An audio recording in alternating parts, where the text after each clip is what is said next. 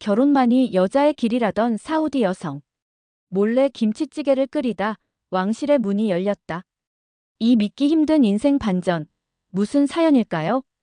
그 전에 구독과 좋아요 눌러주시면 영상을 제작하는 데 있어 큰 힘이 됩니다. 저는 사우디아라비아 수도인 리야드에 사는 나디아라고 해요. 명문대 경영학과를 졸업한 27살입니다. 명문대라고 하면 화려하게만 들리겠지만 사실 제 삶은 그렇게 자유롭지 못해요. 대학을 나왔지만 직업을 가질 수 없었고 보수의 끝판인 저희 집은 여자란 자고로 결혼하기 전까지 집안일을 도우면서 지내야 한다고 생각하거든요.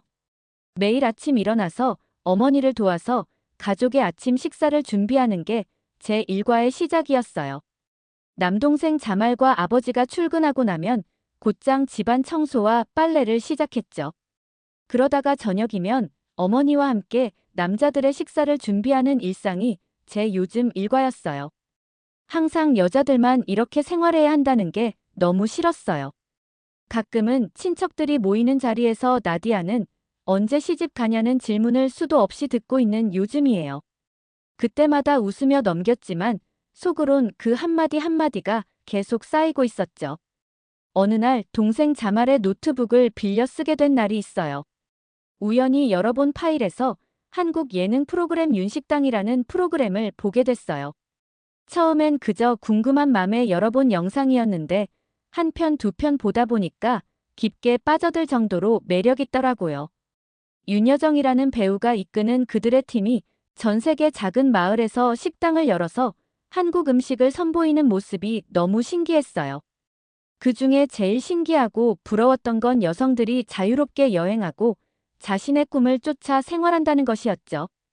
거기에 나오는 정유미라는 여배우가 웃으면서 요리하고 손님들과 아무렇지 않게 편하게 대화하는 모습이 너무 멋져 보였어요.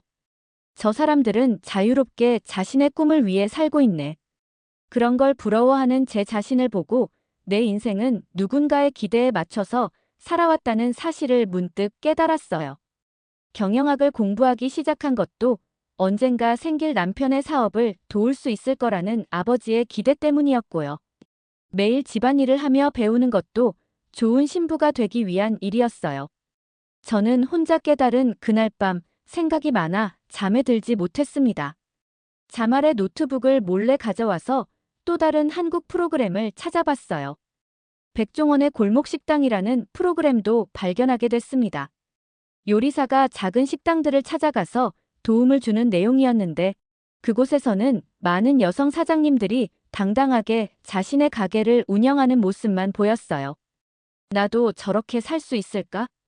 나도 나만의 무언가를 가질 수 있을까? 윤식당에서 본 비빔밥의 모습과 골목식당에서의 여사장님들의 모습이 머리에서 떠나지를 않았어요. 화려한 색깔의 야채들과 고추장이 어울리는 모습이 제가 꿈꾸는 멋지고 화려한 인생이라고 느껴졌어요. 내일부터 뭔가 달라져야 한다고 침대에 누워서 수십 번 다짐했습니다. 이 작은 결심이 제 인생을 완전히 바꿔놓게 되는 첫 번째 다짐이었어요. 뭔가 달라져야 한다는 결심을 하기 무섭게 저는 조용한 반항을 시작했습니다. 집에 혼자 있는 시간을 활용해서 인터넷으로 한국 요리들을 검색해봤어요. 다행히 저희 집안은 부유한 편이라서 인터넷 사용이 자유로운 게 좋았어요. 처음 도전해볼 한국 요리는 김치볶음밥이었습니다. 냉장고에 있던 양배추로 대체한 김치볶음밥은 제가 보기에도 너무 형편없었지만 뿌듯함은 말할 수 없었어요. 매콤한 맛이 입 안 구석구석으로 퍼질 때마다 새로운 모험을 떠나는 것만 같았죠. 한국 요리의 맛을 들이니 자연스레 한국어에도 관심이 생기기 시작했어요. 한국 요리를 먹고 한국말로 멋지게 표현하고 싶었거든요. 밤마다 자말의 노트북으로 한국어 기초를 독학하기 시작했어요. 안녕하세요. 감사합니다. 같은 아주 쉬운 인사말부터 공부했어요. 처음에는 발음이 너무 어려웠지만 계속 따라하다 보니까 조금씩 익숙해지는 게 재밌었어요. 한글은 마치 그림을 그리는 것 같아서 배울 때 되게 신기했어요. 아랍어와는 전혀 다른 문자지만 그래서인지 더 매력적으로 다가왔죠. 특히 백종원의 골목식당은 제 비밀스러운 교과서가 됐습니다. 요리 방법뿐만 아니라 가게 운영 방식과 손님을 응대하는 법까지 눈여겨보게 되는 프로그램이었어요. 백종원이라는 사람이 요리사인 동시에 사업가라는 점이 되게 특이했어요. 대학에서 배운 경영 지식이 이런데 쓸 수 있겠다는 희망이 생기게 됐죠. 그가 작은 식당 주인들을 도와주는 모습을 보면서 음식으로도 사람들에게 희망과 기쁨을 줄 수 있겠다는 생각이 들었습니다. 그렇게 한국에 대한 흥미를 점점 더 쌓아가던 중 한국 드라마 이태원 클라스를 보게 되었어요. 주인공이 온갖 어려움을 이겨내고 자신만의 가게를 여는 이야기였어요. 나도 언젠가 내 가게를 차릴 수 있을까? 상상만으로도 가슴이 뛰고 흥분이 됐어요. 박서준이라는 배우가 연기한 주인공이 자신의 꿈을 위해 도전하는 모습에 제가 비춰져서 저도 모르게 눈물이 났습니다. 우리나라에서는 상상조차 할 수 없는 이야기이기도 했으니까요. 한밤중에 몰래 주방에서 김치찌개를 끓이다가 어머니에게 들킬 뻔한 적도 있었습니다. 빨간 국물에서 올라오는 김치 냄새를 맡고는 어머니가 무슨 냄새냐며 부엌으로 나오셨거든요. 급하게 창문을 열고 냄비를 싱크대에 숨겼어요. 그냥 라면 끓여 먹는다고 둘러댔고 가슴이 쿵쿵 뛰었지만 위기를 모면했을 때 무언가 짜릿한 성취감도 느껴졌어요. 그 순간부터 제 취미는 더 은밀한 반항이 되었습니다. 낮에는 착한 딸로 집안일을 돕고 밤에는 비밀리에 한국 문화를 탐험하는 이중생활을 시작했어요. 가끔은 양심의 가책을 한 번씩 느끼기도 했어요. 하지만 이런 시간들이 저에게는 유일한 탈출구고 행복이었습니다. 어떤 날은 한국 요리책을 알아봐 책 사이에 끼워 숨겨 읽기도 했어요. 마치 보물을 숨긴 것처럼 말이죠. 그러던 어느 날, 제 일상에 폭탄 같은 소식이 하나 떨어졌어요. 아버지께서 저녁 식사 자리에서 갑자기 불쑥 던진 이야기가 제 마음을 무너져 내리게 했죠. 나디야, 내 사촌 파이살과의 결혼을 생각해보는 거 어떠니? 집안도 좋고 사업도 번창하니 너한테 잘해줄 거야. 그 말을 듣자마자 마치 시간이 멈춘 듯한 느낌이 들었어요. 사촌 파이살은 15살 많은 40대 초반의 남자로 2번의 이혼 경력이 있는 사람이었어요. 무역업으로 돈은 많이 벌었을 지언정 여자를 함부로 대한다는 소문이 있었어요. 하지만 저희 집에서 아버지 말은 거의 명령이나 같았어요. 저는 반대의 목소리를 낼 수 없었고 당연하다는 듯이 고개를 끄덕였어요. 떨리는 목소리로 조금만 시간을 더 달라고 간신히 한마디 내뱉었어요.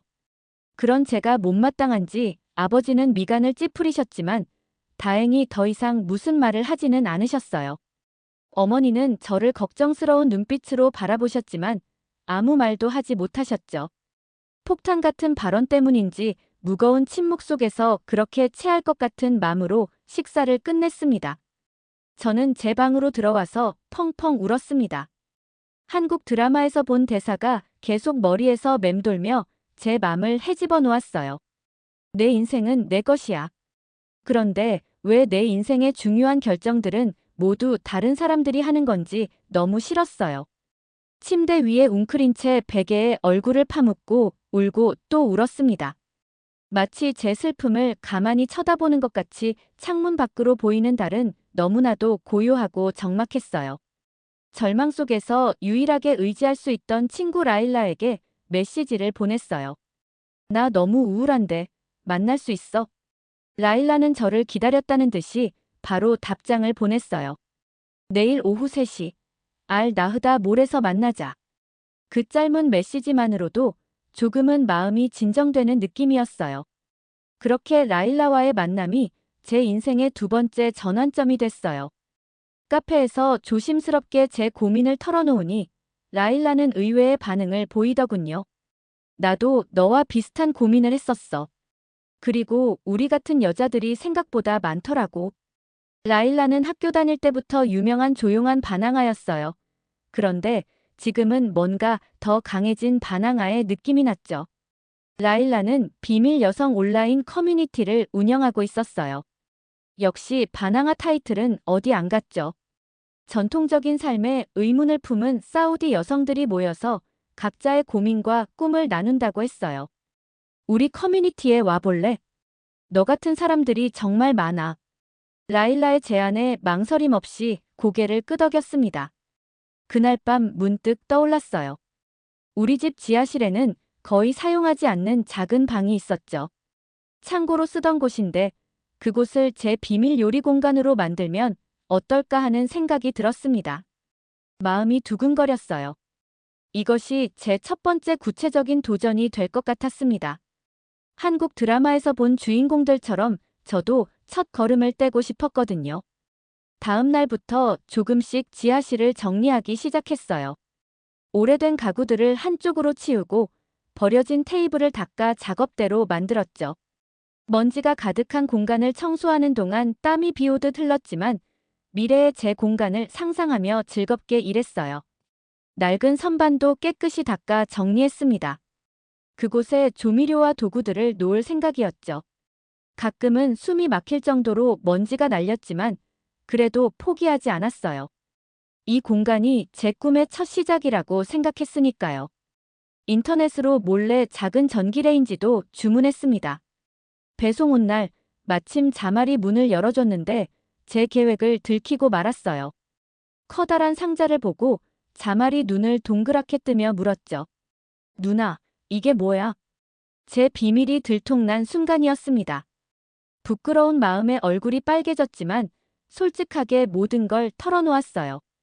자말의 반응이 어떨지 걱정됐지만 더 이상 숨기고 싶지 않았거든요. 놀랍게도 자말은 저를 돕겠다고 했습니다. 누나가 행복해 보여서 좋아. 비밀은 지켜줄게. 자말의 응원에 눈물이 날 뻔했어요. 어린 동생이 이렇게 든든한 지원군이 될 줄은 몰랐습니다. 그 후로 자말은 제 비밀 프로젝트의 든든한 조력자가 됐습니다. 학교에서 돌아오면 지하실로 내려와 함께 공간을 꾸미고 필요한 물건들을 구해주기도 했죠. 자말의 친구들까지 비밀리에 도움을 주기도 했습니다. 그들은 제가 왜 이런 공간을 만드는지 완전히 이해하지 못했겠지만 그래도 기꺼이 손을 보태줬어요. 지하실의 작은 요리 공간이 완성됐을 때의 기쁨은 이루 말할 수 없었어요. 이곳은 단순한 방이 아니라 제 자유의 상징이었습니다.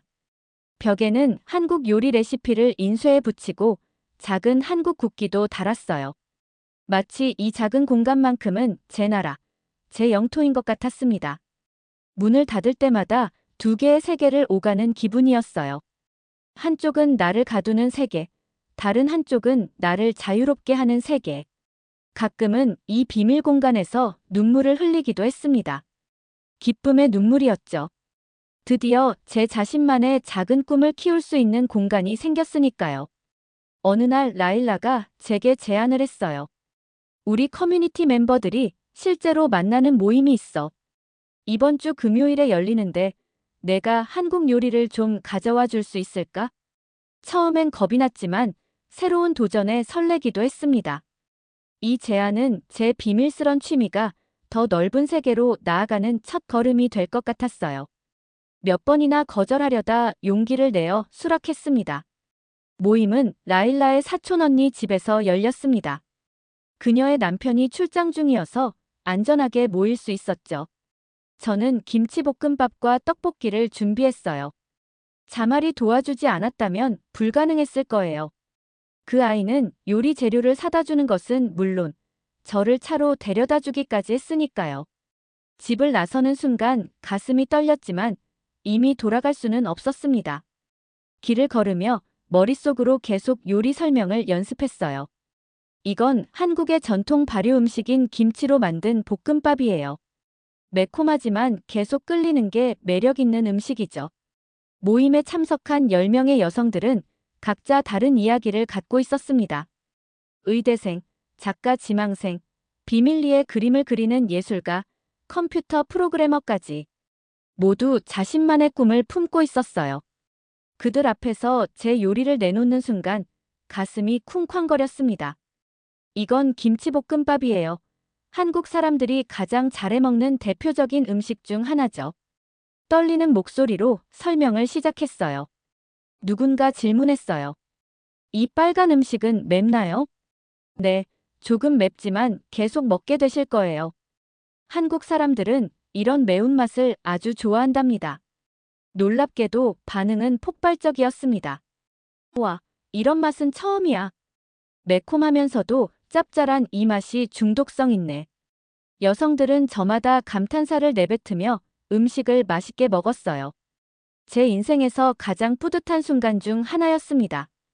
처음으로 제 요리로 누군가에게 기쁨을 줬다는 사실이 가슴 벅찼어요. 그들의 표정에서 진심 어린 감동을 읽을 수 있었죠. 한 여성은 눈물까지 글썽이며 말했어요. 음식으로 이렇게 행복해 본 적이 없어요. 당신이 부럽습니다. 식사를 마친 후 자연스레 한국 문화에 대한 이야기가 시작됐습니다. 제가 본 드라마와 예능 프로그램에 대해 설명했죠. 특히 한국 드라마에서 여성들이 자신의 꿈을 위해 도전하는 모습에 대해 열정적으로 이야기했어요. 동백꽃 필 무렵이라는 드라마에서 주인공 여성은 홀로 아이를 키우면서도 자신의 가게를 운영해요. 그리고 그녀의 선택을 존중하는 사람들이 있죠. 그 말을 하는 순간 제 목소리가 약간 떨렸습니다. 그건 제가 간절히 바라는 현실이기도 했으니까요. 라일라와 저는 그날 이후 더 자주 만나기 시작했습니다. 한국 요리와 문화에 대한 제 열정, 그리고 변화를 갈망하는 라일라의 의지가 만나 새로운 아이디어가 탄생했어요. 우리 블로그를 만들어 보는 건 어때? 사우디 여성들의 한식 도전기라는 이름으로 말이야. 라일라의 제안에 처음엔 두려웠지만 곧 흥분으로 바뀌었습니다. 익명으로 시작한 블로그는 단순한 요리 레시피를 넘어 한국 문화에서 배운 자기 표현과 꿈에 대한 이야기를 공유하는 공간이 됐어요. 라일라는 기술적인 부분을 맡고 저는 콘텐츠를 제작했죠. 처음엔 김치찌개 만드는 법, 비빔밥 플레이팅 요령 같은 간단한 글로 시작했습니다. 하지만 점차 콘텐츠의 폭을 넓혀갔어요. 한국 드라마에서 배운 것들이라는 코너를 만들어 한국 드라마에 나오는 대사와 그 의미를 공유했습니다. 꿈을 포기하지 마, 이 말이 단순한 위로가 아니라 실천 가능한 명령이 될 수 있다는 걸 한국 드라마가 알려줬어요. 이런 글들은 사우디 여성들 사이에서 깊은 공감을 얻었습니다. 놀랍게도 블로그는 빠르게 인기를 얻었어요. 첫 달에 100명 정도의 방문자로 시작했는데 3개월 후에는 1000명이 넘는 여성들이 우리 블로그를 찾았습니다. 댓글란은 다양한 이야기로 채워졌어요. 나도 몰래 한국 드라마를 봐요. 김치찌개 레시피 덕분에 가족들에게 칭찬받았어요. 한국 음악도 소개해주세요. 특히 놀라웠던 건 요리법 댓글창이 점차 우리 삶과 꿈에 대한 이야기로 채워졌다는 점이었어요. 나도 작은 카페를 열고 싶어요. 어머니에게 대학원 진학 희망을 이야기했더니 반대하셨어요. 어떻게 설득할 수 있을까요? 같은 질문들이 올라왔죠. 그리고 다른 여성들이 응원과 조언을 남겼습니다. 요리법 댓글창은 곧 우리의 꿈과 희망을 나누는 공간이 되었어요. 도전을 시작했다는 그 목소리들이 모여 하나의 큰 물결이 되어갔습니다. 블로그가 성장하면서 우리는 더 용감해졌어요. 한국 여성들의 성공 스토리라는 코너도 만들었죠. 김연아, 윤여정 같은 세계적인 여성들의 이야기를 소개하며 우리도 할 수 있다는 메시지를 전했습니다. 비밀 오프라인 모임도 점점 늘어났어요.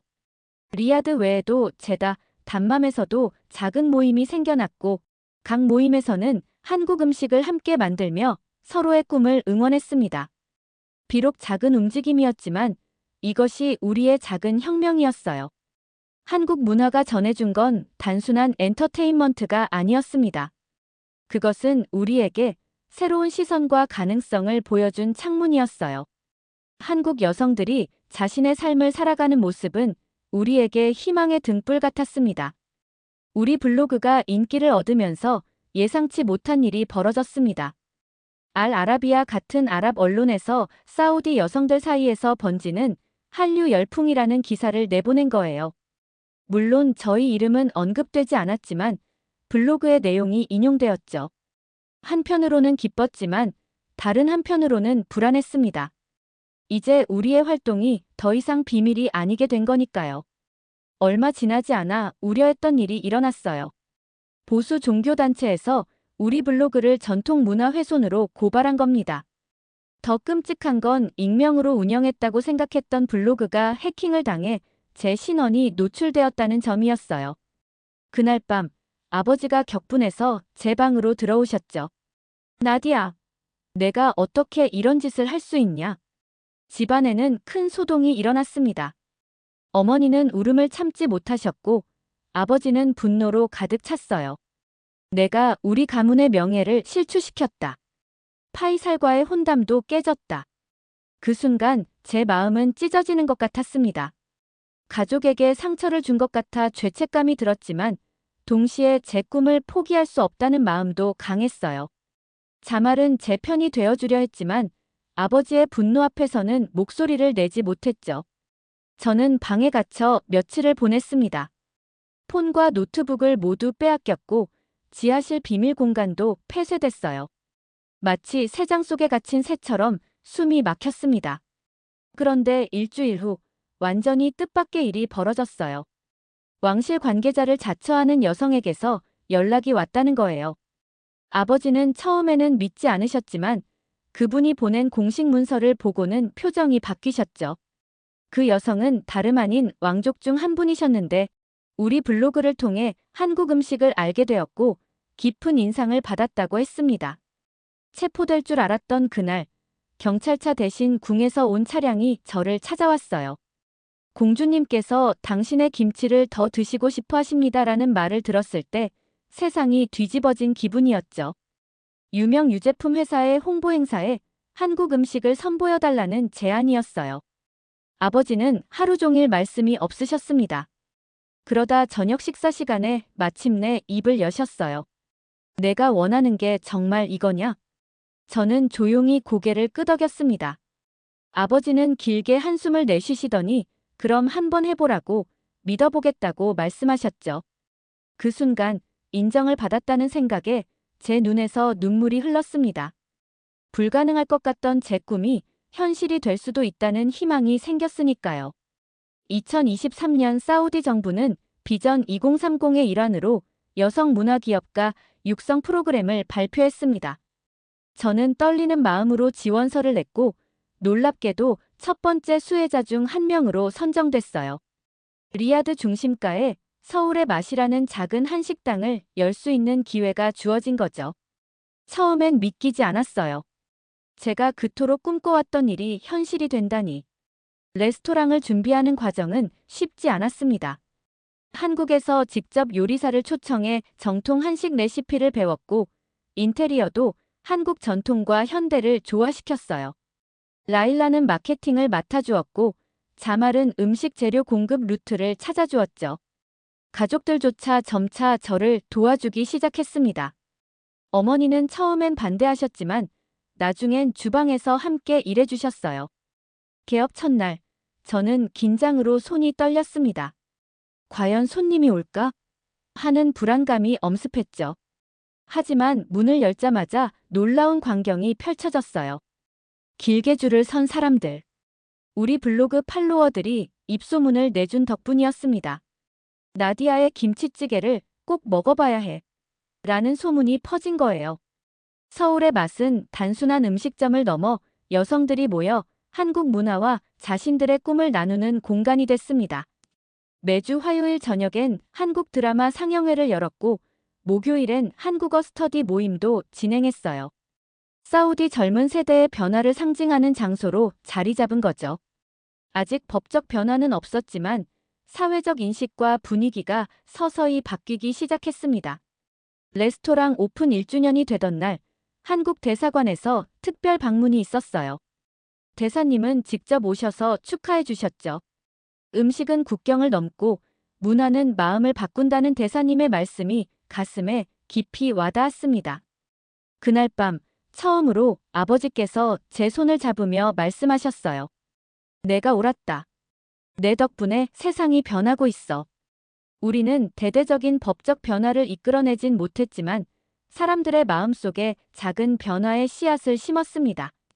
이제 많은 여성들이 자신의 꿈을 향해 한 걸음씩 나아가고 있어요. 제 레스토랑을 방문한 한 소녀가 말했죠. 언니처럼 나도 꿈을 이룰 거예요. 그 말을 들으며 생각했습니다. 한국에서 온 작은 불씨가 사우디의 변화를 이끌어낸 것처럼 우리의 꿈도 언젠가 현실이 될 거라고요. 흔한 김치찌개를 통해 인생의 반전을 이뤄낸 나디아의 이야기는 여기까지입니다. 한국의 음식과 문화가 자랑스럽다고 생각하시는 분들은 댓글로 생각을 공유해 주세요. 오늘은 사연은 어떠셨나요? 오늘의 사연이 마음에 드셨다면 좋아요 한번 부탁드립니다. 여러분의 좋아요와 구독은 영상을 만드는데 큰 힘이 됩니다. 긴 영상 시청해 주셔서 감사합니다. 오늘도 행복이 넘치는 하루 되세요.